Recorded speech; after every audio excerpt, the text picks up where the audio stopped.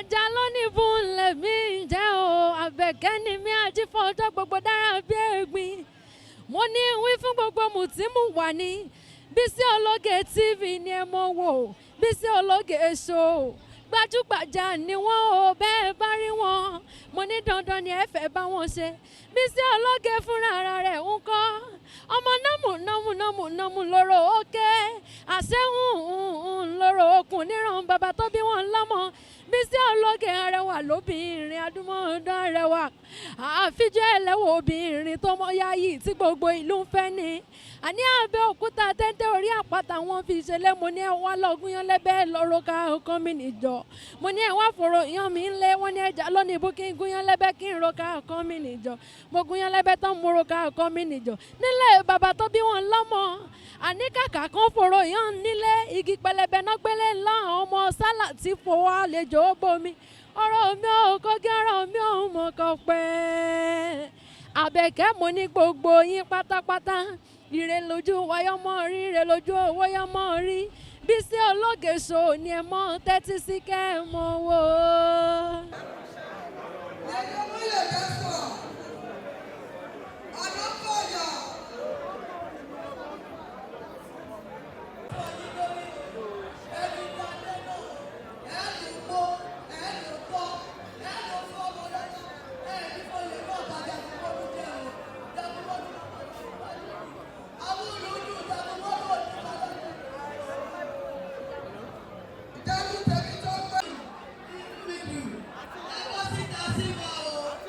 Yeye Adebobagoroye Jagunmolu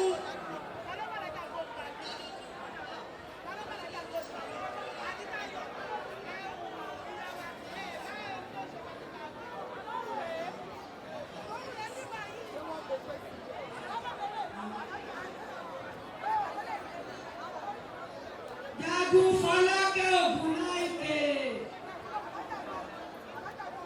Yeye Adebobagoroye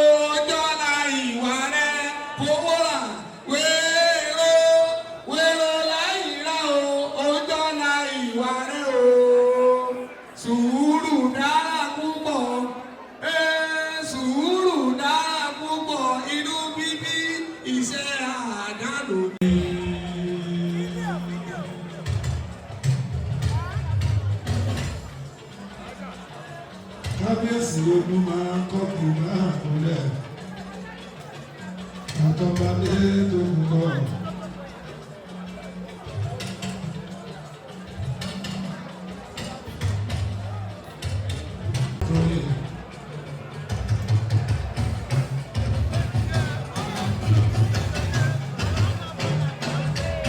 Ayọ̀rìndé ìyálóde fẹ́ rí yín Ayọ̀rìndé o.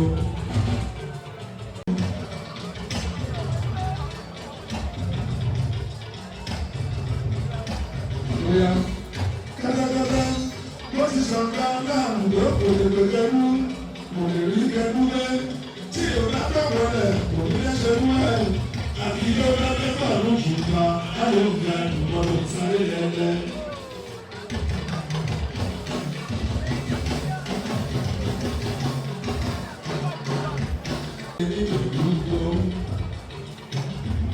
Aya tájú kìlò mẹ́rin láti gbòòrò lẹ́kọ̀ọ́. Aya tó bá tó kìlò mẹ́rin ṣe aya tuntun àgbọ̀nyìn. Bóyá tuntun àgbọ̀nyìn. Akéèyàn fẹsẹ̀ gbogbo sátidé mọ́nú tuntun àgbọ̀nyìn.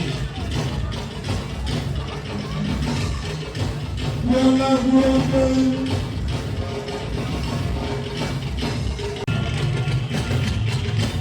Adájọ́ pé. Èmi ká pẹ́ tó bá sílẹ̀ ọ̀rọ̀ tó pé.